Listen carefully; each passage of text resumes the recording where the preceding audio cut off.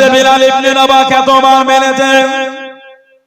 ও জবাকে হুজুরের শরীর খানা ফেটে গিয়েছে, রক্ত খানা শরীর থেকে টপকাতে লেগেছে, মক্কা যুবকের কাঁধে চলে গেল। ও হযরত বিলাল ইবনে রাবাহ রাদিয়াল্লাহু তাআলা আনহু তোমায় মেরে দে, কই তোমার নবী তো তোমার কাছে আসলো না, কই তোমার আল্লাহ তোমাকে বাঁচালো না। হযরত বিলাল রাদিয়াল্লাহু তাআলা আনহু হুজুর আমার জবাব দিয়ে দে, হুজুর আমার উত্তর খানা দিয়ে দে।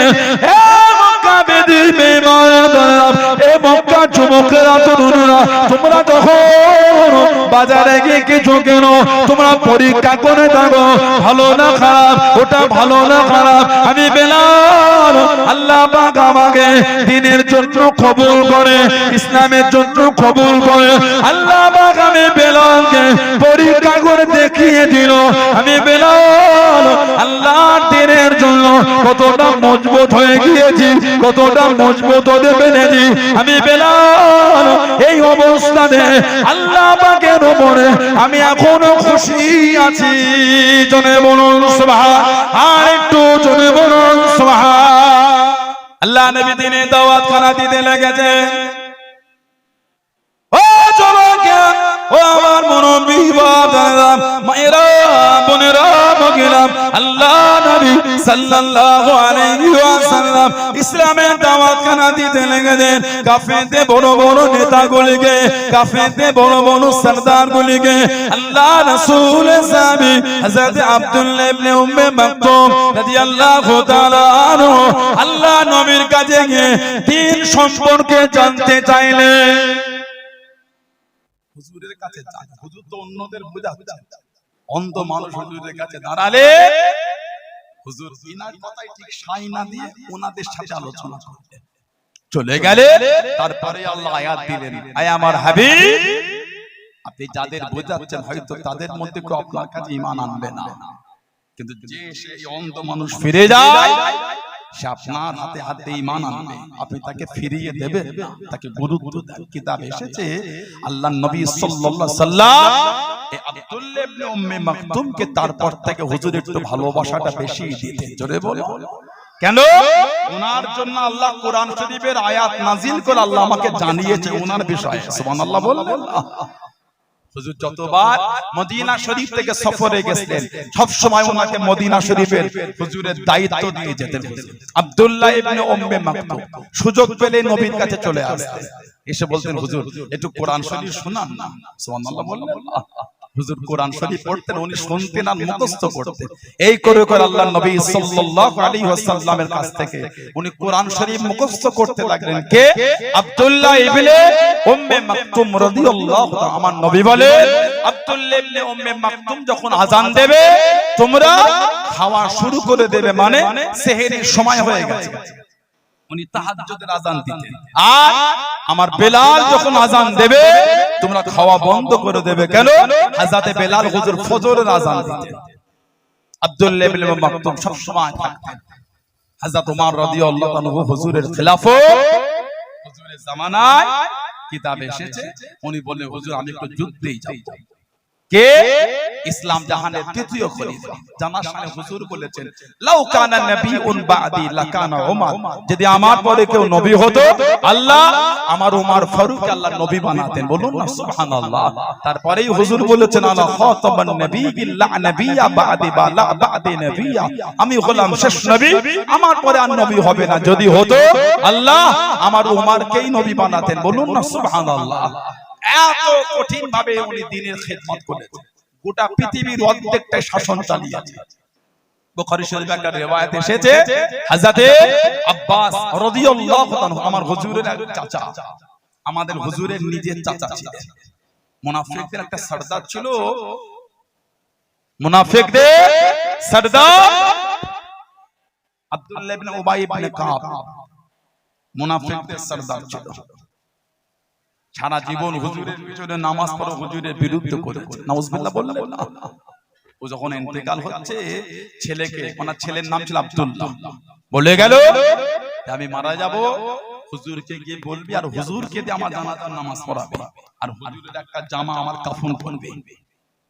ছেলে খেলে গিয়ে বললো কাজ খুঁজে পাবো না, সারা জীবন হুজুরকে জ্বালিয়ে আর হুজুর জানাজা পড়াবো আর হুজুরের জামা নেবে। মারা গেল, বাপ বলেছে হুজুরের দরবারে কেন, হুজুর আমার আব্বা ইন্তেকাল হয়ে গেছে, আমার আব্বা বলেছে আপনাকে জানাজা পড়াতে আর একটা জুব্বা দিতে বলেছে। হুজুর বললেন জানাজা পড়াবো, জুব্বাও দেবো। ওমর ফারুক বলে হুজুর আপনি জুব্বা দেবেন, কি কষ্ট আপনাকে দিয়েছি। হযরতে মা আয়েশার নামে জিনার অপবাদটা ওই প্রথমে তুলেছিল, ওই মুনাফিক প্রথমে তুলেছিল। ওয়াই বলে হুজুর খুব কষ্ট পেয়ে গেছে, লা হাওলা ওয়ালা কুওয়াতা ইল্লা বিল্লাহ। আল্লাহর নবী খুব কষ্ট পেয়ে গেছে, সারা জীবন হুজুরের বিরুদ্ধাচরণ করেছিল, সারা জীবন আমার নবীকে দুঃখ দিয়েছিল। এই জুব্বা যখন হুজুর দিচ্ছিলেন, ওমর ফারুক বলে হুজুর দেবেন না। হুজুর বললেন না, দুনিয়ার ঋণ দুনিয়ায় মিটিয়ে দিই। হযরত আব্বাস রাদিয়াল্লাহু আনহু ইসলামের প্রথম যুদ্ধ দ্বিতীয় হিজরি এই বদরের যুদ্ধে বন্দী হয়ে এসেছিলেন। কিতাবে এসেছে ওনার গাটা ফাঁকা ছিল, গায়ে কিছু ছিল না। হুজুরের নিজের চাচা দুঃখ করে বলেছিলেন কেউ আছো আমার চাচাকে একটা চাদর দেবে। তখন ওই ব্যক্তি দিয়েছিল, মুনাফিকদের সরদার, ওই ব্যক্তি তখন চাদর দিয়েছিল। হুজুর বললেন এই দুনিয়ার ঋণ দুনিয়ায় মিটিয়ে দিলাম, তাতে করে ও কিয়ামতে আমার কাছে বড় কিছু চেয়ে না বসতে পারে। ওজন্য হুজুরের জুব্বাটা হুজুর দিয়েছিলেন। হযরতে আব্বাস রাদিয়াল্লাহু আনহু আমার নবীর নিজের চাচা, বুখারী শরীফের riwayat কে হযরত আব্বাস জানাকে আল্লাহ একটা ছেলে দিলেন, নাম রাখা হয়েছিল আব্দুল্লাহ। হুজুরকে চেয়ে উনি হিজরাতের 3 বছর আগে এসেছেন, মানে হুজুর যখন ওয়াফাত শরীফ পাচ্ছেন ওনার বয়স ছিল 13 বছর। এই 13 বছরে হুজুরের দোয়া পেয়ে গেছেন।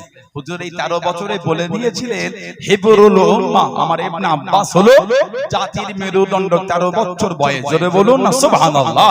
ওনার লাকাব ছিল রাইসুল মুফাসসিরিন, মুফাসসিরদের সরদার আর বাহরুল উলুম, ইলমের দরিয়া।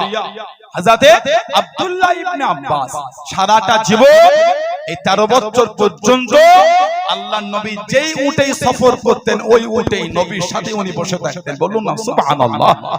হুজুর এত ভালোবাসতেন। হযরত ইবনে আব্বাস চলে এলেন, ও জওয়ানরা, ও আমার মুরব্বি বাপদানেরা, মায়েরা বোনেরা মগিলাম, হযরত আব্দুল্লাহ ইবনে আব্বাস রাদিয়াল্লাহু তাআলা আনহুমা কোলে করে নিয়ে চলে যাওয়া হলো। ওনাকে কিছু খাওয়ানো হলো না, দুনিয়ার কিছু মুখে দিয়া হলো না, আল্লাহ নবীর কাছে নিয়ে যাওয়া হলো। আল্লাহ নবী সাল্লাল্লাহু আলাইহি ওয়াসাল্লাম সর্বপ্রথম একটা খাজুর মুখের মধ্যে চিবিয়ে চিবিয়ে নরম করে লালা শরীফ বলা খাজুর আল্লাহ নবী উনার মুখের মধ্যে দিয়ে দিলেন। জোরে বলুন সুবহান, আর একটু জোরে বলুন সুবহান। মায়ের চুপ পান করার আগে লালা শরীফ বলা খাজুর হুজুর দিয়েছে। উনি এত কাঁদতেন, কিতাবে এসেছে এত ফর্সা ছিলেন উনি, আর এত কাঁদতেন এই চোখের গোড়া থেকে পানি গড়িয়ে গড়িয়ে ওই সাদা ধবধবে শরীরে হযরত আব্দুল্লাহ ইবনে আব্বাস রাদিয়াল্লাহু আনহুমা এই চোখের পানি গড়িয়ে গড়িয়ে এখানে কালো দাগ হয়ে গেছে। হুজুরের নিজের চাচাতো ভাই, হুজুরের নিজের চাচাতো ভাই খবর পেলে যে অমুক ব্যক্তির কাছে একটা আল্লাহর নবী সাল্লাল্লাহু আলাইহি সাল্লামের হাদিস শরীফ আছে, আহা, একটা চাদর গায়ে দিয়ে টুক টুক টুক টুক করে মরুভূমির উপর থেকে ওনার ঘরে চলে গেলেন। বাড়ির বাইরে গিয়ে দাঁড়ালেন, ডাকলেন না কেন? হয়তো দুপুরবেলা উনি খেয়ে একটু আরাম করছেন, আমি যদি ডাকি ওনার আরামে বিঘ্ন ঘটে যাবে। ডাকলেন না, বাড়ির বাইরে মরুভূমিতে চাদরটা রেখে উঁচু করে মাথা দিয়ে হেলান দিয়ে রয়ে গেলেন। মরুভূমির ঝড় উঠেছে, বালুগুলো উড়ে উড়ে ওনার গাটা ঢেকে ফেলেছে, তারপরও বসে আছেন। বললেন না সুবহানাল্লাহ। কিতাবে এসেছে ওই ব্যক্তি যখন বার হলেন হুজুরের চাচাকে দেখে আক্ষেপ করে বললেন, আল্লাহ রাসূলের চাচাতো ভাই হযরত ইবনে আব্বাস রাদিয়াল্লাহু আনহু, কি ব্যাপার আপনি আমার দলিল, আপনি আমার বাড়ির গেটে না শুনেছি আপনার কাছে হুজুরের একটা হাদিস শরীফ আছে, ওটা শুনতে এসেছি। উনি বললেন আপনি তো বললেন আমি আপনার বাড়িতে আমি চলে যাব। উনি বললেন না, দরকারটা আমার, ওইজন্য আমি আপনার কাছে এসেছি। বলুন না সুবহানাল্লাহ। যদি বলা গেল না সুবহানাল্লাহ।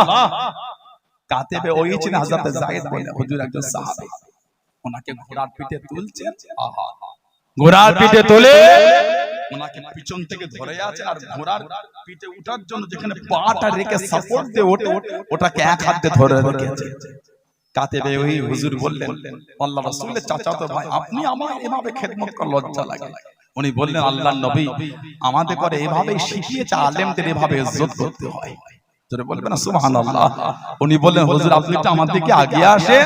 আগিয়ে গেলে ওনার হাতটাকে নিয়ে উনি চুমা খেলেন। কে বললে আমাদের করে এই শিক্ষা দেওয়া হয়েছে আহলে বায়াতকে এভাবে সম্মান করতে হয়। জোরে বলুন না সুবহানাল্লাহ। হযরতে ইবনে আব্বাস রাদিয়াল্লাহু তাআলা হুজুরের সাহাবী চাচাতো ভাই, 13 বছর বয়স হুজুর ওফাত হলেন। ওনার আব্বা হুজুরের চাচা একটা ঘর করেছে মদিনা শরীফ, ছাদ দেওয়া। আল্লাহর নবীকে ডেকেছে একটু দেখার জন্য। আল্লাহর নবী সাল্লাল্লাহু আলাইহি ওয়াসাল্লাম চাচার ঘর দেখতে গেলেন। বুখারী শরীফে এসেছে, হুজুর দেখে বললেন, চাচা জান ঘর করেছেন, পানি বার হবার নালা করেন নাই, ড্রেন? বললেন, না ইয়া রাসূলুল্লাহ। আল্লাহর নবী সাল্লাল্লাহু আলাইহি ওয়াসাল্লাম নিজে হাতে ওই ড্রেনটা করে দিয়েছিলেন। বলুন সুবহানাল্লাহ। জামানা চলে গেল, সিদ্দিক আকবরের খেলাফত চলে গেল, ওমর ফারুকের খেলাফত। লোকেরা হযরত ওমর ফারুককে বললেন, এই খলিফাতুল মুসলিমিন, মুসল্লিরা সব নামাজে আসে রাস্তা দিয়ে, যে রাস্তায় আব্দুল আব্বাস রাদিয়াল্লাহু তাআলা বাড়ির পানিটা পার হয়, রাস্তাটা কাদা হয়ে থাকে। যদি একটু ওনাকে বলতেন আর ড্রেনটা যদি উনি পাল্টে অন্যদিকে করতেন, তাহলে মুসল্লিদের কষ্ট কম হতো। উনি বললেন, চলো। হযরত আব্বাস রাদিয়াল্লাহু আনহুর কাছে চলে গেলেন, সালাম দিলেন। খলিফাতুল মুসলিমিনকে দেখায়, খলিফাতুল মুসলিমিন আপনি আমার ঘর? জি, এটা দরকার। কি দরকার? না আপনি যদি এই ট্রেনটা একটু ঘুরিয়ে দিতেন। আহা, হযরত আব্বাস রাদিয়াল্লাহু আনহু বললেন, এটা ঘোরাতে তো আমার কোনো অসুবিধা নাই, তবে এই নালাটা কিন্তু আমি করি নাই। আপনি বলছেন খলিফাতুল মুসলিমিন আমি ঘুরিয়ে দেব, আমার কোনো অসুবিধা নেই, তবে এটা আমি করি নাই। এই নালাটা আল্লাহর নবী নিজে হাতে বসিয়ে দিয়েছেন। যেই বলেছেন হযরত ওমর রাদিয়াল্লাহু আনহু, হুজুরের চোখ দিয়ে টপ টপ করে পানি ঝরছে। কি মানা সাহাবা! আহা, হযরত ওমর ওনার চোখ দিয়ে টপ টপ করে পানি ঝরছেন, কাঁদছেন আর বলছেন, ও নবী পাকের সাহাবারা, আমি ওমরের যুররাত নাই, আমি ওমর, আমার কোনো ক্ষমতা নাই। যেটা আল্লাহর নবী নিজে হাতে বসিয়েছে আমি ওমর ওটাকে পাল্টে দেব। এই ট্রেনটা আল্লাহর নবী নিজে হাতে বসিয়েছে। বলেন না সুবহানাল্লাহ। আমি ওমরের এত ক্ষমতা কোথা থেকে আসে? যেটা হুজুর নিজে হাতে বসিয়েছে ওটা আমি পাল্টে দেব। ও নবী পাকের সাহাবারা, এই রাস্তাটাই পাল্টে দাও, নবাব শরীফে যাওয়ার এই রাস্তাটাই বদলে দাও, অন্য দিক থেকে রাস্তা করে দাও। কিন্তু হুজুর যেটা নিজে হাতে বসিয়েছে আমি ওমর ওটা খুলতে পারবো না। হুজুরের হাতের রাখা জিনিস আমি ওমরের ক্ষমতা নাই পাল্টে দেওয়ার। চলে বলুন না সুবহানাল্লাহ। এটা ছিল তানাদের ভালোবাসা। হযরত আব্দুল্লাহ ইবনে উম্মে মাকতুম বলতে, হুজুর আমি জিহাদে যাব। কাকে? ওমর ফারুককে বলছেন, খলিফাতুল মুসলিমিন 14 হিজরি। হযরত আব্দুল্লাহ ইবনে উম্মে মাকতুম কে দাঁড়িয়ে দেয়া হলো, ও রাসূলুল্লাহ সাহাবী, ও হযরত আব্দুল্লাহ ইবনে উম্মে মাকতুম রাদিয়াল্লাহু তাআলা আনহু, আপনি তো চোখে দেখতে পারলাম আপনি জিহাদে গিয়ে কি করবেন, আপনি তো চোখে দেখতে পারলাম। হযরত আব্দুল্লাহ ইবনে উম্মে মাকতুম রাদিয়াল্লাহু তাআলা আনহু, হুজুর আমার জানিয়ে দিয়ে, হুজুর আমার শুনিয়ে দিয়ে, ও হযরত ওমর ফারুক রাদিয়াল্লাহু তাআলা আনহু, আমি আব্দুল্লাহ ইবনে উম্মে মাকতুম আমার হাতে যুদ্ধে ঠান্ডা খানা দিয়ে দেবেন। আমি তো চোখে দেখতে পাই না, আমি তো চোখে দেখতে পাই না, সামনে দিক থেকে শত্রুরাকে আসে আমি দেখতে পাবো না। হুজুর আমাকে ভয় লাগবে না, আমি আব্দুল্লাহ ইবনে উম্মে মাকতুম যুদ্ধে ঠান্ডা খানা বিনা ভয়েতে নিয়ে হুজুর আমি দাঁড়িয়ে থাকবো। জোরে বলুন সুবহান, আর একটু জোরে বলুন সুবহান। হুজুর আমি চোখে দেখতে পাই না, ঝান্ডা ধরে দাঁড়াবো, কে আসে না আসে দেখতে পাবো না। হুজুর আমাকে ভয়ও লাগবে, এই যে দুশমনীরা সামনের দিক থেকে আসবে আমি তো দেখতে পাবো না, ঝান্ডা নিয়েই থাকবো, কে এলো আর কে গেল আমি কি জানি। হুজুর আমাকে তো ভয় লাগবে না, কেন? ওদের তো আমি দেখতে পাবো না, তো ঝান্ডা আমার হাতেই থাকবে। 14 হিজরি যুদ্ধের লোহার জামা পরে ঝান্ডালে দাঁড়িয়ে গেল, তুমুল যুদ্ধ চলে। কিতাবে এসেছে 3 দিনের মাথায় আল্লাহ মুসলমানদের ফতে দিয়ে কোন সুবহানাল্লাহ সব সাহাবাদের লাশ খোঁজা হয় হযরত আব্দুল্লাহ ইবনে উম্মে মাকতুম হুজুর কাছে খুঁজে পাওয়া যাচ্ছে না কিতাবে এসেছে খুঁজে খুঁজে দেখা গেল এক জায়গায় উনি পড়ে আছে তখন যুদ্ধের ঝান্ডাটা উনি হাতে করে বুকে করে জড়িয়ে নিয়েই শুয়ে আছেন জোরে বলুন আর একটু জোরে বলা গেল না এটা হলো সাহাবাদের জীবন দ্বীনের জন্য খেদমত করেছে এটা হলো সাহাবাদের জীবন দ্বীনের জন্য খেদমত কোথায় 15 জনের নামে কেস দিয়ে বলল মুসলমান ভাই হয়ে গেছে ওদের জানা নাই মুসলমানদের শরীরের প্রত্যেকটা রক্তের ফোঁটা হুজুরের কদমে কুরবানির জন্য তৈরি হয়ে আছে আর একটু জোরে বলা গেল না আমরা হযরত খাব্বাবের থেকে হুজুরকে ভালোবাসা শিখে নিয়েছি যে আল্লাহ আল্লাহ রাসূলকে কিভাবে মানতে হয় আলহামদুলিল্লাহ বলুন হযরত খাব্বাব রাদিয়াল্লাহু তাআলা জানা কোমরে গোশত ছিল না হাড় ছিল আর গর্ত হয়েছিল আমার হুজুরের সাহাবী ছিলেন ইহুদি মহিলার খাদেম ও জওয়াকে হযরত খাব্বাব রাদিয়াল্লাহু তাআলা হুজুর আমার মুসলমান হয়ে গেলেন ইহুদি মহিলা জানতে পেরে গেল আল্লাহ নবী সাল্লাল্লাহু আলাইহি ওয়াসাল্লাম হুজুরের সাহাবী হযরত খাব্বাব রাদিয়াল্লাহু তাআলা কে গরম মরুভূমিতে শুইয়ে দিয়ে লোহাটা গরম করে হুজুরের কোমরে দিয়ে দিল হুজুরের কোমরের উপরে রেখে দিল হযরত খাব্বাব রাদিয়াল্লাহু তাআলা হুজুরের কোমরের গোশত গুলি গলে গলে গলে গলে পানি হয়ে চলে গেল হযরত খাব্বাব রাদিয়াল্লাহু তাআলা হুজুরের অন্তর থেকে কলেমাটা বুঝতে পারে না কলেমাটা বুঝতে পারে না ও জওয়াকে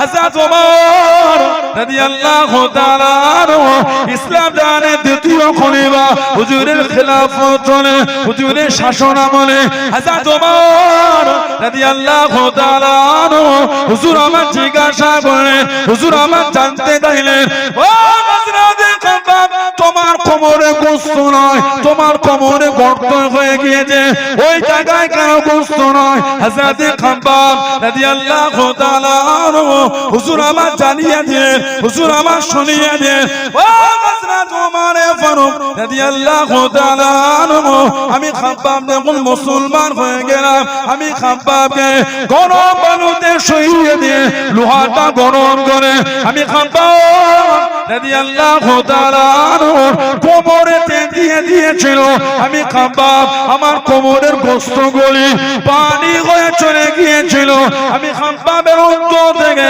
তখনও পর্যন্ত ঈমানের কলেমা মুছে না জোরে বলুন সুবহান আর একটু জোরে বলুন সুবহান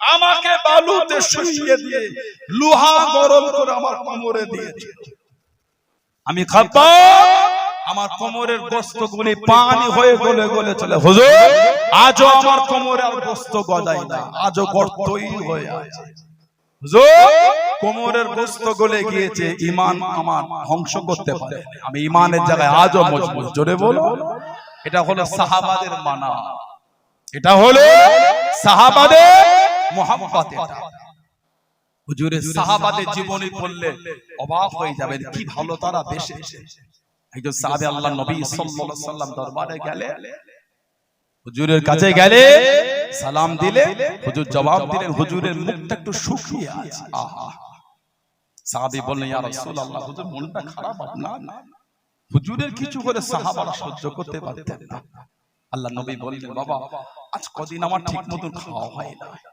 এই যে কথা সাহাবীর অন্তরে দাগ লেগে গেল হুজুরের এত কষ্ট হুজুর একটা সাহাবী ছিলেন হযরত মিকদাদ ইবনে আমর রাদিয়াল্লাহু তাআলা আল্লাহ নবী সাল্লাল্লাহু আলাইহি ওয়াসাল্লাম যুদ্ধ করেছিলেন খন্দকের যুদ্ধ খন্দক এক গর্ত খোঁড়ার বুদ্ধিটা হুজুরকে বলেছিলেন ওনার নাম ছিল হযরত সালমান ফারসি রাদিয়াল্লাহু তাআলা হুজুর যদি মদিনা শরীফের সীমানায় গর্ত খুঁড়ে দেওয়া হয় কাফেররা আর মদিনা শরীফে আসতে পারবে এই যে গর্ত করে মাটি খুঁড়ে করে তোলে কিতাবে এসেছে আল্লাহর নবী নিজে মাথায় করে সাহাবাদের সাথে মাটি বইছে হযরত মিকদাদ ইবনে আমর আল্লাহর নবী যখন মাটি বইতেন হুজুরের কষ্ট থেকে আর সহ্য করতে পারলেন না কাঁদতে কাঁদতে ঘরে চলে গেল। আহা, একটা ছোট্ট পারা পাত্রে দুধ ছিল, দুধ অল্প লবণ, ওই দুধটা নিয়ে পাত্রে লুকিয়ে আমার হুজুরকে সালাম দেব, ইয়া রাসূলুল্লাহ সাল্লাল্লাহু আলাইহি ওয়াসাল্লাম, হুজুর আপনার এই কষ্ট আর সহ্য হয় না, যদি একটু পান করতেন আপনি। আপনি আমাদের সাথে মাথায় করে মাটি বইছেন, হুজুর আপনার এত কষ্ট, হুজুর একটু পান করেন না ইয়া রাসূলুল্লাহ। আল্লাহ নবী দুধের পাত্রটা হাতে নিয়ে একটা উঁচু জায়গায় দাঁড়িয়ে হুজুর বলে, ও আমার সাহাবারা, এ তো আমাদের ভাই মিকদাদ ইবনে আমর দুধ এনেছে পান করার জন্য, আসো সবাই মিলে একটু পান করি। জোরে বলুন না সুবহানাল্লাহ। ওই ছোট বড় পাত্রে তো দুধ আল্লাহ পাক এত বরকত দিলেন, সব সাহাবারা পান করার পরও আল্লাহ বরকত দিয়ে দিলেন। জোরে বলুন না সুবহানাল্লাহ। সেই মিকদাদ ইবনে আমরকে জানার জন্য হুজুর দোয়া করেছিলেন। ইসলামের প্রথম যুদ্ধ, দ্বিতীয় হিজরি বদরের যুদ্ধে হুজুর দোয়া করেছিলেন। বড় খুশি হয়ে গেছিলেন। কেন? হুজুরের কাছে উনি দাঁড়িয়েছিলেন কে? মিকদাদ ইবনে আমর আর হযরত আব্দুর রহমান ইবনে আওফ রাদিয়াল্লাহু তাআলা আনহু, যিনি ছিলেন সাহাবাদের মধ্যে সবথেকে ধনী। সুবহানাল্লাহ বললেন না? আব্দুর রহমান ইবনে আওফ রাদিয়াল্লাহু তাআলা সাহাবাদের মধ্যে সবথেকে ধনী। বর্তমান গোটা পৃথিবীর ধনী লোকটার নাম হলো ইলন মাস্ক। বর্তমান গোটা পৃথিবীর ধনী লোকটার নাম হলো ইলন মাস্ক। আব্দুর রহমান ইবনে আওফ হুজুর রাদিয়াল্লাহু তাআলা এত মাল দিয়েছিলেন, এই বর্তমান গোটা পৃথিবীর যিনি ধনী, ওনার থেকে 7 থেকে 8 গুণ মাল আল্লাহ সাহাবীকে বেশি দিয়েছিলেন। আর একটু জোরে বলা গেল না? 30,000 খালি গোলাম আজাদ করেছে, 30,000। যাতে আব্দুল্লাহ ইবনে ওমর রাদিয়াল্লাহু তিনিও কম বেশি 20,000 গোলাম আজাদ করেছিলেন। আব্দুল্লাহ ইবনে ওমর হলো হুজুরের ছেলে। আর যে গোলাম বেশি নামাজ পড়তো, নামাজ ওই গোলামটাকে আগে আজাদ করত। ওনার ছেলে এক তারিখে বলল, আব্বা আপনার সাথে গোলামরা ধোঁকা দিচ্ছে। উনি বলেন, কেন? না, আপনি যেই গোলাম বেশি ইবাদত করে নামাজ পড়ে তাকে আপনি আগে আজাদ করে দেন, ওই জন্য আপনাকে দেখিয়ে দিই ওরা বেশি নামাজ পড়ে, আপনি তো ঠকে যাচ্ছেন। হুজুর বললেন, আমি ইবনে ওমর আমিও জানি। তাহলে হুজুর বললেন, এই আমার ছেলে, আমি বারবার ধোঁকা খেতে রাজি আছি আল্লাহর জন্য। বলবেন না, কেউ যদি আমাকে আল্লাহর জন্য ধোঁকা দেয়, আমি আল্লাহর জন্য বারবার ধোঁকা খেতে রাজি আছি। ওরা তোমাকে আল্লাহর জন্য ধোঁকা দিচ্ছে, দিক, আমি খুশি, তারপর আমি ওদের আজাদ করে দেবো। জোরে বলুন না সুবহানাল্লাহ। হযরতে হুজুরের সাহাবী আব্দুর রহমান ইবনে আওফ রাদিয়াল্লাহু এত মাল আল্লাহ ওনাকে দিয়ে, যিনি ইন্তেকালের আগে 50,000 দিনারের একটা খেজুরের বাগান নবীর খানদানের জন্য উনি হাদিয়া করে গেছিলেন। খালি হাতে উনি এসেছিলেন। ধনী, মক্কা শরীফের ধনী ব্যক্তি, মক্কা শরীফের একজন ধনী মানুষ। মুসলমান হলে চলে গেলেন আবিসিনিয়া, ইথিওপিয়া, হাবশা। ওখান থেকে চলে এলে কম বেশি 80 জনের কাফেলা হুজুর ওনাকে পাঠালেন মদিনা শরীফ। ওনাকে বলা হয় সাহেবুল হিজরাতাইন, 2 হিজরাতের অধিকারী। হযরত আব্দুর রহমান ইবনে আওফ রাদিয়াল্লাহু তাআলা এই যে মক্কা শরীফ থেকে মদিনা শরীফে গেলেন, এত ধনী ব্যক্তি একটা কোটি বলতে নিয়ে যায় না, কিচ্ছু নাই না, খালি হাতে গেছেন। আল্লাহ নবী একজন আনসারী আর একজন মুহাজিরের মধ্যে হুজুর ভাই করে দিলেন। আর আনসারীদের বললেন, তোমাদের মালের অংশ মুহাজিরদের তোমরা দেবে। গোলাম হাজরা তো সব জানে এগুলো। হযরত আব্দুর রহমান ইবনে আওফ হুজুরের সাথে যেই আনসারী হুজুর ভাই করেছিলেন, উনি বললেন, আমাকে মাল দিতে হবে না, খালি বাজারটা দেখিয়ে দাও, বাকিটা আমার। আল্লাহ ওনাকে এত বুদ্ধি দিয়েছিলেন। পাথর তুলতেন মদিনা শরীফের পাথর, যে পাথরটা তুলতেন, তোলার আগে হুজুরকে বরকত ধরতেন আর বলতেন, আল্লাহ আপনার হুজুরের ওসিলা এর নিচে যে আমি গোল্ড পাই, গোল্ড, সোনা, এই পাথরটাই তুলতেন, ওর তলাতে গোল্ড পেতেন, সোনা পেতেন। এত গোল্ড পেয়ে গেছে ওনার ইন্তেকালের পরে। ফজরের সময় কুরুল দিয়ে কাটা শুরু হয়েছে, জোহর হয়ে গেছে, তখনও সোনা কাটাই চলছে। জোরে বলুন না সুবহানাল্লাহ। এত গোল্ড। কিতাব এসেছে যেই ব্যক্তি কাটছিল তার হাতে ফোঁসা এসেছিল। ওনার 4টা স্ত্রী ছিল, এত দিনার রেখে গেছেন। এক একজন স্ত্রী ইন্ডিয়ান টাকায় 300 কোটি টাকা এক একজন পেয়েছিল। এত দিনার রেখে, কোন বর্ণনায় 400 কোটি এক একজন বউ ভাগ পেয়েছে। সুবহানাল্লাহ বললেন। ওর দুম্বা ভেড়া বকরি ঘোড়া সবই ছিল, খালি মালের হিসাব এটা। কে? হযরত আব্দুর রহমান ইবনে আওফ রাদিয়াল্লাহু তাআলা। আল্লাহ নবী ইসলামের প্রথম যুদ্ধে দ্বিতীয় হিজরি বদরে চলে গেলেন। হুজুর আমার সেজদায় পড়ে জার জার হয়ে কাঁদেন। ও যুবকেরা, আল্লাহ নবী সেজদায় পড়ে কাঁদতে শুরু করে দেন। ও আল্লাহ পাক, আজকে দিনে যদি ঘেনে যায়, দিন মানা কেউ থাকবে না, ইসলাম মানা কেউ থাকবে না। আল্লাহ পাক আপনার ওয়াহদানিয়ত মানা কেউ থাকবে না। আমি নবী আমাকে মানা কেউ থাকবে না। জার জার হয়ে কাঁদেন, চোখের পানি ফেলে ফেলে কাঁদেন। ও যুবকেরা, হযরত আব্দুর রহমান ইবনে আওফ রাদিয়াল্লাহু তাআলা আনহু আল্লাহ নবী কাছে দেখে দাঁড়িয়ে গেলেন। আল্লাহ নবী পাশে দেখে দাঁড়িয়ে চোখ ভরা পানি কেঁদে কেঁদে বলেছেন, মাথা থেকে পা পর্যন্ত একটির জায়গাতে তীরা তলোয়ারের আঘাত হয়ে গেল। রক্তকণা টপকে টপকে পড়ে। ইয়া রাসূলুল্লাহ, হাবিবাল্লাহ, আল্লাহ পাকের নবী শরীরের মধ্যে এক ফোঁটা রক্ত থাকা পর্যন্ত এই জমিন আপনাকে একা রেখে যাব না। জোরে বলুন সুবহান, আর একটু জোরে বলুন সুবহান। হযরত মিকদাদ ইবনে আমর আল্লাহ নবী কাছে দিকে দাঁড়িয়ে গেলেন। আল্লাহ নবী সাজা করে করেন, ও নবী আল্লাহ পাক, আজকে দিনে যদি গেলে যায়, দিন মানার কেউ থাকবে না, ইসলাম মানার কেউ থাকবে না, আপনার ওয়াহদানিয়ত মানার কেউ থাকবে না। আমি নবী আমাকে মানার কেউ থাকবে না, ইসলামে ঝান্ডা ধরার কেউ থাকবে না। আল্লাহ পাক আজকে দিনে না ঘেনে যায়। আল্লাহ নবী জান জান করে করেন। হযরত মিকদাদ ইবনে আমর রাদিয়াল্লাহু তাআলা আনহু আল্লাহ নবীর কাছে দেখি দাঁড়িয়ে গেলেন। ইয়া রাসূলুল্লাহ, হাবিবাল্লাহ, আল্লাহ পাকের নবী, হুজুর আপনি আর কাঁদবেন না, আপনার কান্না সহ্য করতে পারি না।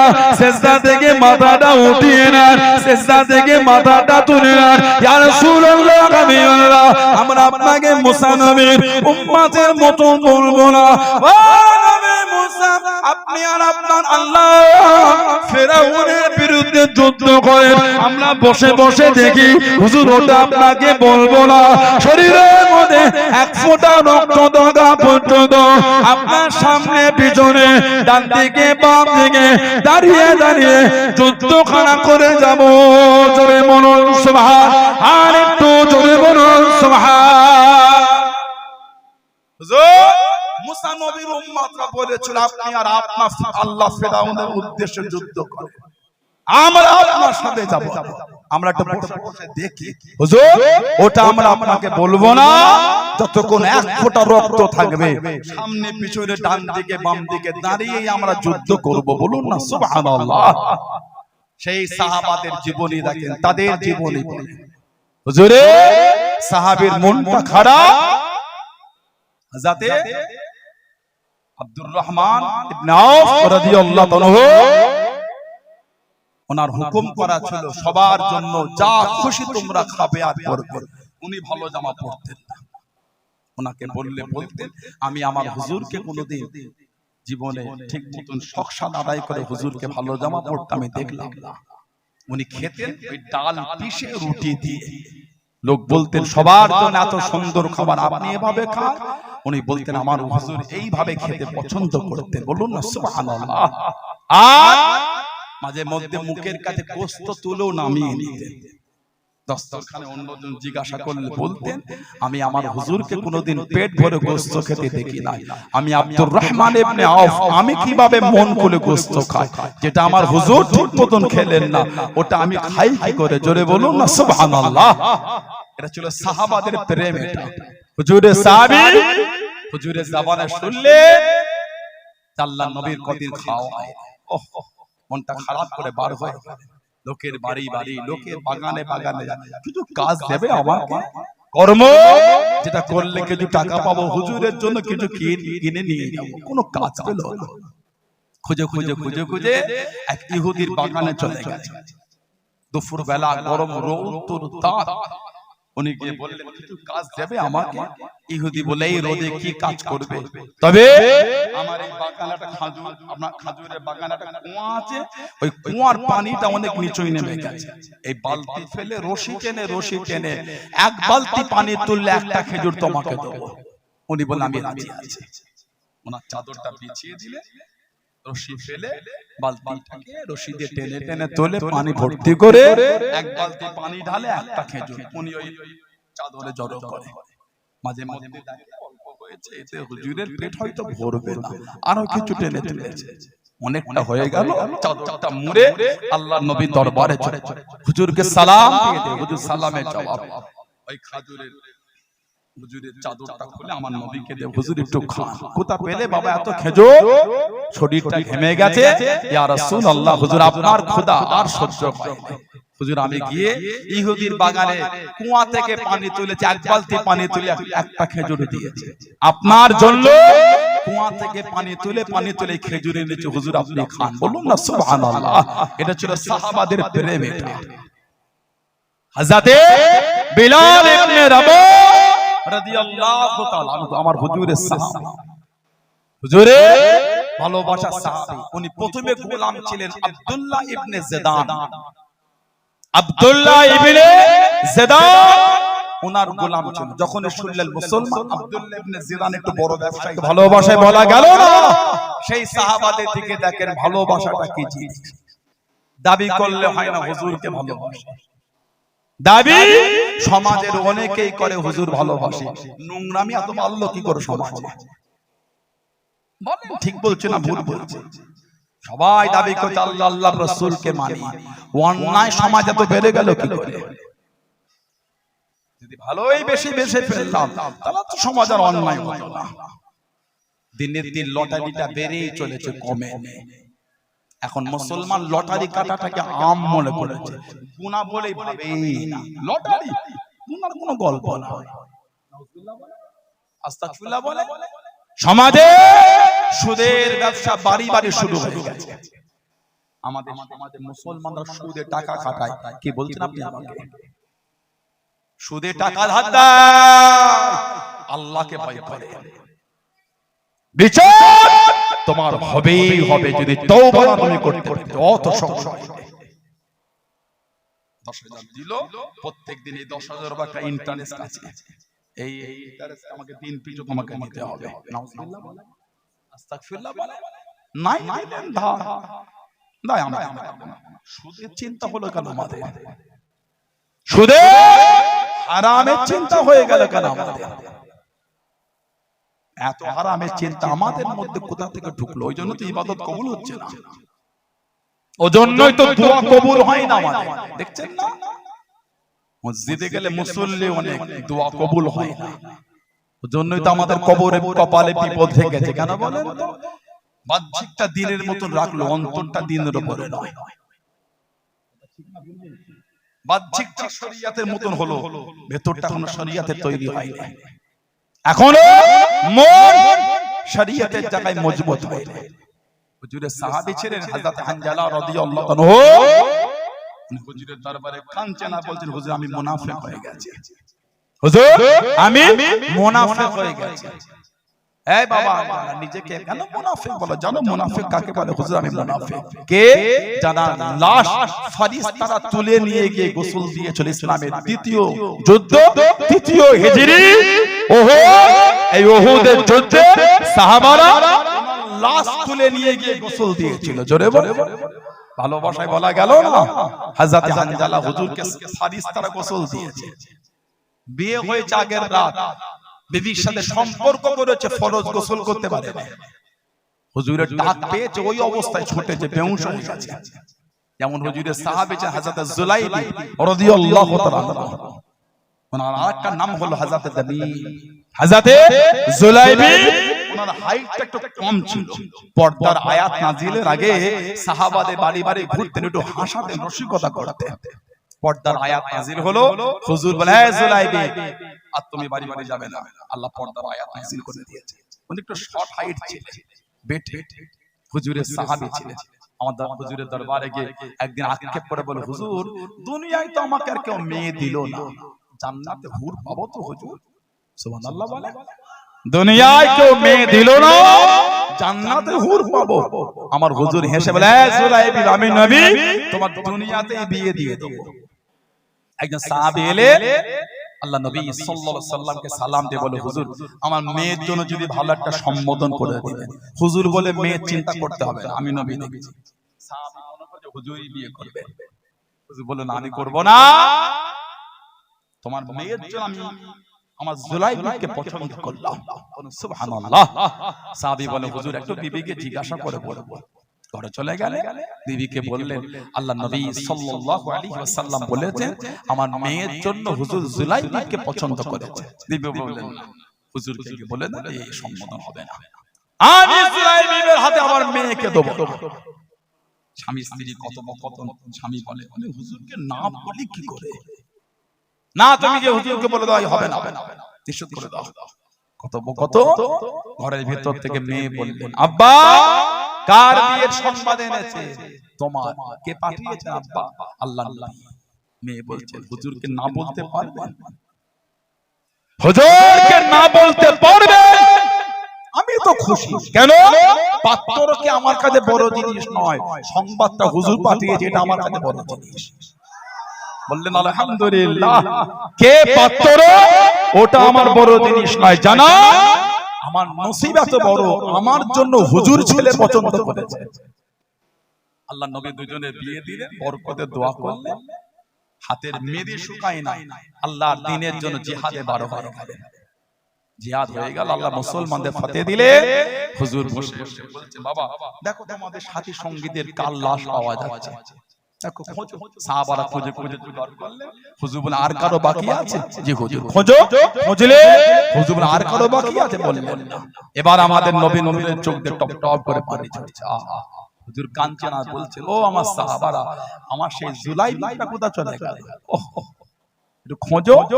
সাহাবা হুজুরা খুঁজছেন, খুঁজে খুঁজে দেখলেন হযরত জুলাইবি রাদিয়াল্লাহু তাআলা 7 জন, কোন বর্ণনায় 9 জন কাফেরকে জাহান্নামে পাঠিয়ে উনি শহীদ হয়ে পড়ে আছেন। গোটা শরীরটাই খালি তলোয়ারের দাগ। আহা, দ্বীনের জন্য ওনাকে আনা হলো। কিন্তু ছোট ছিলেন, আল্লাহ নবী সাল্লাল্লাহু আলাইহি ওয়াসাল্লাম হযরত জুলাইবিকে নিজের কোলে উঠিয়ে নিলেন। হযরত জুলাইবি ওনাকে নিজের কোলে তুলে দিলেন। আহা, বলুন না সুবহানাল্লাহ। হুজুর কোলে তুলে হযরত জুলাইবির জন্য দোয়া করছেন আর বলছেন, আমার জুলাইবি আমি নবী আমার থেকে, আমি নবী জুলাইবির থেকে। 3 বার হুজুর বলেছিলেন। বলে আল্লাহ নবী হযরত জুলাইবিকে দাফন করে বলে, আল্লাহ আমি নবী আমার জুলাইবির উপর খুশি, আল্লাহ আপনি আমার জুলাইবির উপর আল্লাহ আপনিও খুশি হয়ে যান। জোরে বলুন, আরেকটু জোরে বলা গেল না? সেই ভালোবাসা, সেই মোহাম্মত অন্তরে তৈরি করে দুনিয়া দেখে না, দেখে আল্লাহ আল্লাহর রাসূল কাতে খুশি, আল্লাহ আল্লাহর রাসূল কাতে সন্তুষ্ট হয়ে যায়। ওটাই সাহাবারা দেখেছে। সেই সাহাবাদের জীবনী পড়ে কিসে আমাদের শয়তানে ধরে গেল, এত লোভ লালসা, এত কিছু। ডক্টর মানা করেছে মিষ্টি খাওয়া যাবে না, সুগার বেড়েছে, মিষ্টির দিকে ফিরেও দেখছে না, মন চাইলেও হাত দেয়। 2 দিন বাঁচবো তার জন্য যদি এত আমাদের ডায়েট হয়, আল্লাহর রাসূল বলেছে গুনাহ করিস নি জাহান্নামে যাবি, আল্লাহর ফরমান এটা। কই আমরা জাহান্নাম থেকে বাঁচার জন্য ডায়েট করলাম না তো? ডক্টর বলেছে মিষ্টি খেও না, সুগার বেড়ে গেলে তাড়াতাড়ি উপরে চলে যাবে। বেশি দিন নিচেই থাকবো বলে মিষ্টি খাওয়া বন্ধ হয়ে ফিরেও দেখে না।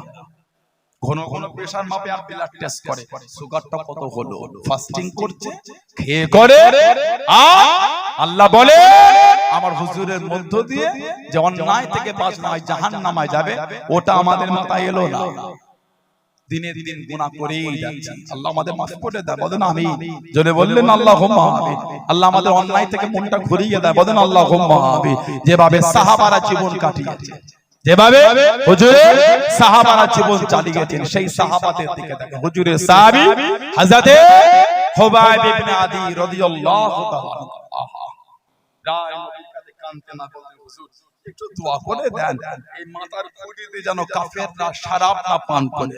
আহা, আমার মাথার খুলিটা উল্টে ওতে মদ ঢেলে কাফেররা না পান করে। আহা, হুজুরের কাছে কাঁদতে না দোয়া করতে। হযরতে খুবাইব ইবনে আদি ইসলামের প্রথম যুদ্ধ দ্বিতীয় হিজরি বদরের যুদ্ধের পরে হুজুর 10 জন সাহাবাকে মক্কা শরীফের অবস্থা জানার জন্য পাঠিয়েছিলেন। অন্য বর্ণনা মুনাফিক মুসলমান বলে হুজুর কিছু মুসলমান হয়েছে, যদি কিছু সাহাবা পাঠাতেন হুজুর 10 জন পাঠালেন। ওনারা মক্কা শরীফে ঢোকার আগে তীর আর পাথর ছুঁড়ে ছুঁড়ে 9 জনকে শহীদ করে দিয়েছিলেন। আহা, একজন হযরত খুবাইব ইবনে আদি রাদিয়াল্লাহু আনহু ওনাকে বন্দী করেছিলেন। কিতাব এসেছে ওনাকে যেখানে বন্দী করে পাশ থেকে হেঁটে হেঁটে গেলে মাঝে মাঝে মেরে কাফিরগুলো দেখতো বেমৌসম ফল বসে বসে হুজুর খাচ্ছেন। বেমৌসম ফল বলবেন না সুবহানাল্লাহ। এখন কিন্তু আপনাদের এলাকায় দেগঙ্গা বাজারে কুল খুঁজলে পাওয়া যাবে না, বয়ে বিক্রি হয়। আগামী 2-3 মাস 4 মাস পরে কিন্তু বাজারে কুল পাওয়া যাবে। এখন নাই, এখন বাজারে আম বিক্রি হচ্ছে কেন? এখন সিজন ঠিক না, এখন আমের টাইম না। এখন যদি আম বিক্রি হয় এটা হলো বেমৌসম ফল, বলে না দুফলা আম গাছ, দুফলা। খুবাইব ইবনে আদি যেই ফল মক্কা শরীফে পাওয়া যেত না তখন ওই ফল বসে বসে খাচ্ছেন, মানে আল্লাহর তরফ থেকে মেহমানদারি পৌঁছে যেত। জোরে বল, জোরে বলা গেল না। কাফের বেদিন গুলো কাছে চলে গেল, ও যুবকেরা সামনে থেকে দাঁড়িয়ে গেল আল্লাহ রাসূল সাহাবী হযরত খুবাইব ইবনে আদি রাদিয়াল্লাহু তাআলা আনহু হুজুরকে জানিয়ে দিয়েছিল, হুজুরকে শুনিয়ে দিল, ও খুবাইব ইবনে আদি কতই না ভালো হলো তুমি যদি নিজের বাড়িতে থাকতে তোমাদের নবী হযরত মুহাম্মদ সাল্লাল্লাহু আলাইহি ওয়াসাল্লাম উনি যদি আমাদের কাছে বন্দী হলেন, উনি যদি আমাদের কাছে বন্দী হলেন কতই না ভালো হলো। ও যুবকে মানা কাকে মনে, মহব্বত কাকে মনে, আল্লাহ আল্লাহ রাসূলকে কারা মেনে দেয়, আল্লাহ আল্লাহ রাসূলকে কারা ভালো মেনে দেয়। হযরত খুবাইব ইবনে আদি রাদিয়াল্লাহু তাআলা আনহু হুজুর আমার জানিয়ে দেন, হুজুর আমার শুনিয়ে দেন, এ মক্কা বেদি বেঈমানের দলেরা, এ মক্কা কুফারে কুরাইশরা, আমি খুবাইব ইবনে আদি আমি একবার কেন আল্লাহ পাক যদি আমাকে অসংখ্য জীবন দিয়ে দেয়, আমি যদি অসংখ্যবার শহীদ হয়ে যায়, আমি খুবাইবের কোনো দুঃখ নয়, আমি খুবাইবের কোনো কষ্ট নয়, আমি খুবাইব একবার কেন, আমি খুবাইব একা কেন, আমার গোটা খানদানকে যদি মেরে ওদের শহীদ করে দেয়, আমি খুবাইবের কোনো দুঃখ নয়। আল্লাহ নবী হুজুরা শরীফে থাকবে, আল্লাহ নবী নূরে কদম শরীফে একটা কাঁটা লেগে যাবে, একটা কাঁটা ফুটে যাবে, আমি খুবাইব ওই শব্দ খানা নিজে কানে শোনাটা পছন্দ করি না। জনে বলুন সুবহান, আর একটু জনে বলুন সুবহান। হুজুর নিজের ঘরে থাকবে, হুজুরের কদম শরীফে একটা কাঁটা লাগবে, ওই শব্দটা শোনাটা আমি পছন্দ না। জোরে বলো, এত ভালোবেসেছেন সাহাবা আল্লাহ রাসূলকে। হুজুর বলতেন হযরত তালহা ইবনে উবাইদুল্লাহ আবু তালহা, এটা হলো আমার জিন্দা শহীদ সাহাবী। তোমরা যদি কোন জিন্দা শহীদ সাহাবীকে দেখে খুশি হতে চাও, শহীদ জিন্দা হেঁটে হেঁটে ঘুরে বেড়াচ্ছে, আমার তালহা ইবনে উবাইদুল্লাহকে তোমরা দেখে নাও, ওটা হলো জিন্দা শহীদ সাহাবী, যিনি আমার হুজুরের জন্য ইসলামের তৃতীয় যুদ্ধ তৃতীয় হিজরি উহুদের জমিনে ৭২ থেকে ৮০টা তীর নিজের সিনার মধ্যে নিয়েছে আমার হুজুরের জন্য, একটাও নিজের শরীরে লাগতে দেয় না। আল্লাহ রাসূল বলে এটা হলো আমার জিন্দা শহীদ সাহাবী। জোরে বলো, জোরে বললেন না সুবহানাল্লাহ।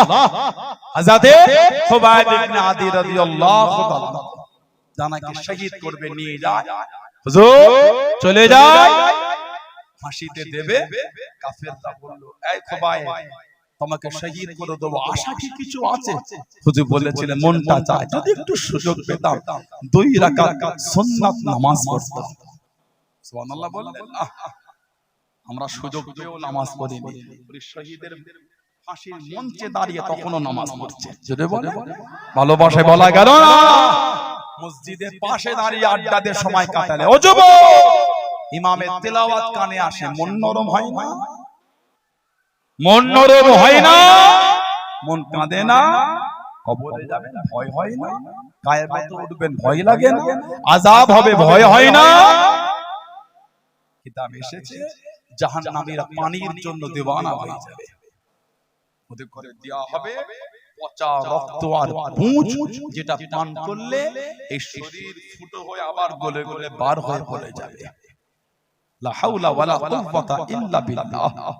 কাফেররা কিয়ামতে বলবে, জাহান্নামীরা বলবে, ইয়া লাইতানি কুনতু তুরাব, হায় আফসোস যদি পুরা মাটির ন্যায় আমরা হতাম। ইয়া লাইতানি কুনতু তুরাব, হায় আফসোস যদি আমরা পুরা মাটিও হতাম। আহা, যুবক ভয় হয় না? নামাজ চোখে দেখছি ইমাম পড়াচ্ছে, তারপরও ফাঁকিতে দিলে, তারপরও ছেড়ে দিলে, আল্লাহকে ভয় লাগে না? সাহাবারা তো ফাঁসির মঞ্চে দাঁড়িয়ে নামাজ পড়েছে, সুবহানাল্লাহ, আলহামদুলিল্লাহ বললেন না? সাহাবারা শরীরে তীর লাগা অবস্থা তো নামাজ পড়েছেন, আলহামদুলিল্লাহ বলেন। সাহাবারা প্যারালাইসিস অবস্থা তো দ্বীনের জন্য যাবে বলে তৈরি হয়েছিলেন, জোরে বলো। হুজুরের সাহাবী ছিলেন হযরতে মুআবিয়া ইবনে আবু মুআবিয়া লাইসি রাদিয়াল্লাহু তাআলা। আমার হুজুরের জীবনের শেষ যুদ্ধ তাবুক, নবম হিজরি, ৩০,০০০ সাহাবা হুজুর নিয়ে গেছিলেন। এই তাবুক কিতাব এসেছে, সব সাহাবাদের মাল জড়ো হয় আর সব যাবে বলে রেডি হয়ে হুজুরের দরবারে জড়ো হচ্ছে, নাম লিখাচ্ছেন, সব হুজুরের সাথে যাবেন জিহাদে। হুজুর বলেছেন চলো সবাই মিলে, ৩০,০০০ সাহাবা হুজুরের দরবারে খবর চলে এলো, হযরতে মুআবিয়া ইবনে আবু মুআবিয়া লাইসি রাদিয়াল্লাহু তাআলা হুজুরের তরফ থেকে, ইয়া রাসূলুল্লাহ, হুজুর আমার মনে আশা ছিল যদি আপনার সাথে জিহাদে যেতে পারতাম, তবে ইয়া রাসূলুল্লাহ আমি প্যারালাইসিস হয়ে গেছি, হুজুর আমার দুটো পার কাজ করে, আহা হুজুর আমি হাঁটতে পারি না, হুজুর চলতেও পারি না, তবে ইয়া রাসূলুল্লাহ যদি আপনি হুকুম দেন, প্যারালাইসিস তো কি হয়েছে হুজুর, আপনি যদি আমাকে হুকুম দিয়ে দেন, এই পায়ে হাঁটতে পারি না তো কি হয়ে যায়, আপনার পিছনে জমিনে ঘিসরে ঘিসরে হাত দিয়ে জমিনটাকে টেনে টেনে, ইয়া রাসূলুল্লাহ আমি আপনার পিছনে পিছনে আল্লাহর দ্বীনের জন্য যেতে আমি তৈরি হয়ে আছি, জোরে বলুন না সুবহানাল্লাহ, আর একটু জোরে বলা গেল না?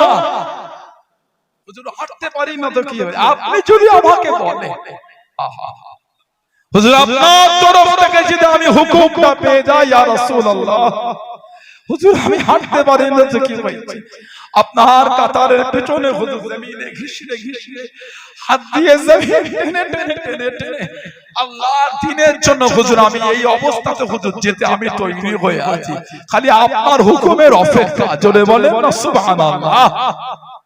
এটা হলো আমার হুজুরের সাহাবাদের জীবন, এটা হলো আমার হুজুরের সাহাবাদের জীবন, খালি জিহাদের জমিন থেকে সাহাবারা ফিরেছে।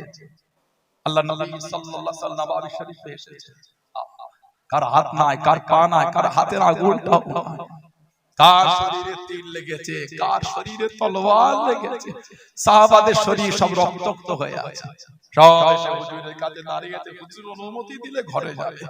সাহাবাদের বিবিরা, মায়েরা, বোনেরা, মেয়েরা সব পথে আসে, এই আসে, এই আসে, এই আসে।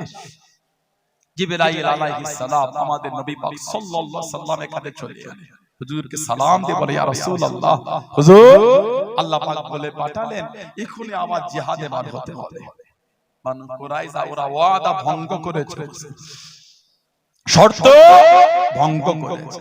আমার হুজুর সাহাবাদের দিকে দেখছেন আর হুজুরের নূরে চোখ দিয়ে টপ টপ করে পানি ঝরছে। জিবরাইল আমার সাহাবাদের কার হাত নাই, কার পা নাই, কার আগুন নাই, শরীরে তীর লেগেছে, তলোয়ারের আঘাত, রক্ত এখনো ঝরছে, কেউ ঘরেও যায় না। ইয়া রাসূলুল্লাহ হুকুম আল্লাহ দিয়ে পাঠিয়েছে, বলেন না সুবহানাল্লাহ। কি ঈমান সাহাবাদের, কি মুহাব্বত সাহাবাদের। আল্লাহ রাসূল সাহাবাদের বলে, ও আমার সাহাবারা আল্লাহ হুকুম দিয়েছে আমার এখনি বার হতে হবে।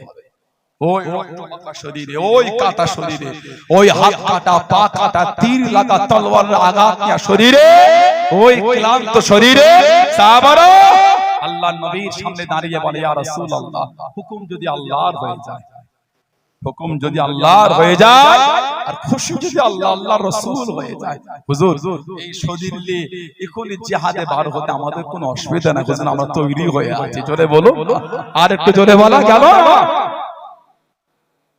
এটা হলো মানা, এটা হলো মুহাব্বত, সেই রাস্তায় জীবন গড়ে। কোথায় পড়ে আছেন মদের আড্ডায়? এ যুবক লজ্জা লাগে না তোমার? যুবক শরম লাগে না তোমার? তাসের আড্ডায় পড়ে আছো তুমি, আল্লাহ তোমাকে জান্নাতের দাবিদার করেছেন, তুমি কাটো লটারি, শরম লাগে না? আল্লাহ তোমাকে আখিরি নবীর উম্মত করেছে, আল্লাহ ভালোবেসে বসে। ও যুবক, শরম লাগে না তোমার? ও আমার যুবতী বোনেরা, অন্যায়ের মধ্যে জড়িয়ে যাও, জানো না আল্লাহ আমাদের করে সেই নবীর উম্মত করেছে যেই নবী কিয়ামতে আমাদের করে দলে দলে নিয়ে আল্লাহর জান্নাতের দিকে যাবেন। জোরে বলো, আর একটু জোরে বলা গেল না? কিয়ামতে যখন বিচার হবে, হাদিস শরীফে মুসনাদ আহমদ ইবনে হাম্বল সহ সিয়াসিয়াত বিভিন্ন কিতাবে এসেছে, আহা সব উম্মতেরা কিয়ামতে আদম নবী আলাইহিস সালামের কাছে যাবে, আয় আমাদের আদি পিতা এটা আমাদের জন্য সুপারিশ করে দেন। নবী আদম বলবেন ইযহাবু ইলা গায়রি, অন্য জনের কাছে চলে যাও। সব ঘুরে ঘুরে ঘুরে ঘুরে ঈসা রূহুল্লাহ আলাইহিস সালামের কাছে আসবে, উনি বলবেন ইযহাব ইলা গায়রি ইযহাব মুহাম্মদ সাল্লাল্লাহু আলাইহি ওয়াসাল্লাম।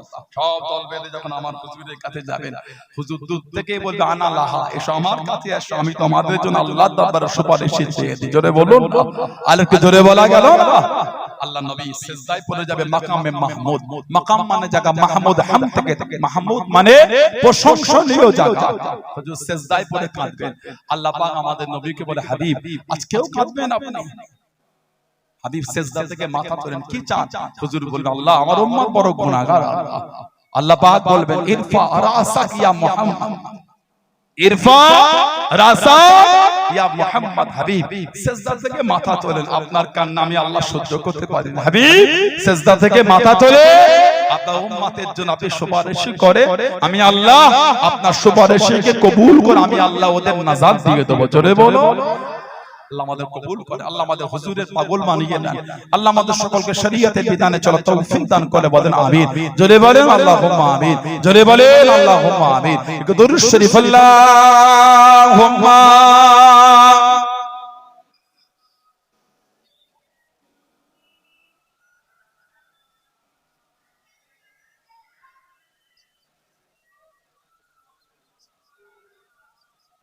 আল্লাহুম্মা সাল্লি আলা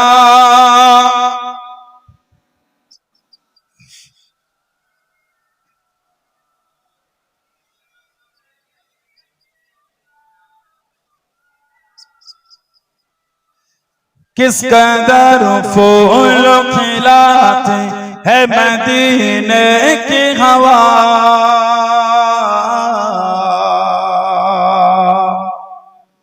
किस कदर फूल खिलाती है मदीने की हवा, मदीने की हवा, मदीने की हवा, मदीने की हवा, किस कदर फूल खिलाती है मदीने की हवा, किस कदर फूल खिलाती है मदीने की हवा,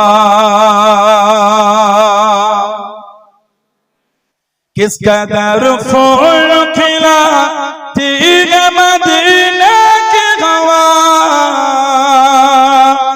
किस कदर फूल खिलाती है मदीने की हवा, दिल को गुलजार बनाती है मदीने की हवा, दिल को गुलजार बनाती है मदीने की हवा, मदीने की हवा, मदीने की हवा, मदीने की हवा, किस कदर फूल खिलाती है मदीने की हवा, किस कदर फूल खिलाती है मदीने की हवा, दिल को अल्लाह से, दिल को अल्लाह से काफिर लगे भोला देते, दिल को अल्लाह से काफिर लगे भोला देते, याद काबे की दिलाते है मदीने की हवा याद काबे की दिलाती है मदीने की हवा मदीने की हवा मदीने की हवा मदीने की हवा किस कदर फूल खिलाते है मदीने की हवा किस कदर फूल खिलाते है मदीने की हवा अल्लाहुम्मा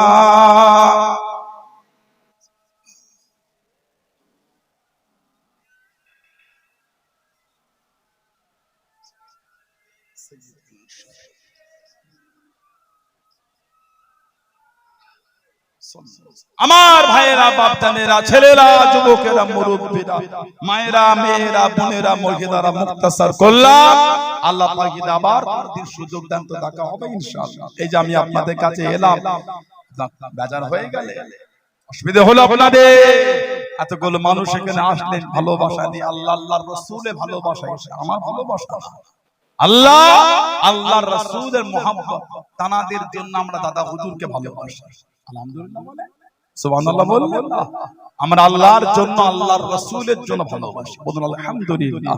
এই যে এলে এত সুন্দর মাহফিলটা হলো সবাই খুশি তো আপনারা আলহামদুলিল্লাহ বলে দেখি নারাই তাকবীর এতগুলো মানুষ এই তাকবীর হলো ভালোবাসা একটু বলা গেল না নারাই তাকবীর পেছনে ভাইগুলো গলা ছেড়ে তাকবীর দিতে পারে না নারাই তাকবীর না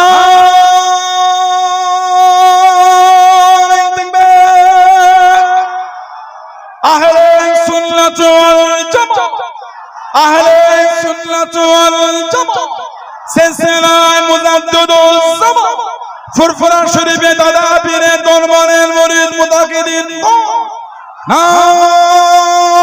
নারায়ে তাকবীর নারায়ে তাকবীর বলুন আলহামদুলিল্লাহ। অল্প সময় বলবো কার বাপ আছে মা নাই কার মা আছে বাপ নাই কার দুটোই নাই আস্তানারা কবরের মধ্যে শুয়ে এতিমের মতন পড়ে পড়ে কাঁদতেছে কে বলে একটু দোয়া কে বলে একটু সওয়াব দ্বিতীয় আর কিছু আজ বাপ মা দাদু দাদি নানা নানি কবরে শুয়ে আছে তানাদের মুখের দিকে তাকিয়ে আমাদের এই মাহফিলের জন্য মাদ্রাসা ছাত্রদের জন্য নিরামিষা কাদেরে সিদ্দিকিয়া হাফেজি খারেজি ও এতিমখানা মাদ্রাসা ছাত্রদের মুখের দিকে তাকিয়ে বলো এতগুলো ভাই বাপ যে যুবকদের মধ্যে 2000 টাকা কে দিচ্ছে নামটা বলে এতগুলো ভাই বাপ যারা আছে অল্প সময় বলে 2000 টাকা কে দেবে মনটা বড় করে হাতটা তোলে আল্লাহ দিয়েছে সবাই মিলে দিত আল্লাহ পাক এত সুন্দর করিয়ে দিলেন আলহামদুলিল্লাহ বলে এটা সরকারি প্রতিষ্ঠান নয় সবাই দানেতে আল্লাহ পাক চালিয়ে নিয়েছে যারা মাদ্রাসা চালায় তারা জানে দূর থেকে অনেক কিছু মনে হয় ছেড়ে খেলো এটা খেলো সেটা খেলো খায় কিছু কিছু জায়গায় মাদ্রাসা ছাত্র না চাঁদা উঠছে নাউজুবিল্লাহ বলে আল্লাহর আদালতে জবাব দেবে আল্লাহর আদালতে জবাব দেবে এর খেসারতটা কিয়ামত অনেক ভারী পড়ে যাবে মনে রাখো তবে সব প্রতিষ্ঠান ওইভাবে মিলিয়ে দেবে না বলো 2000 টাকা কে দিলে মুরব্বিদের মুখের দিকে তাকিয়ে এতগুলো ভাই বাপ যারা আছে আল্লাহ দিয়েছে মনটা বড় করে দেন সবাই মিলে দেন না দিলে কি করে হবে বলে 2000 টাকা কে দিয়েছে এতগুলো ভাই বাপ যারা যুবকরা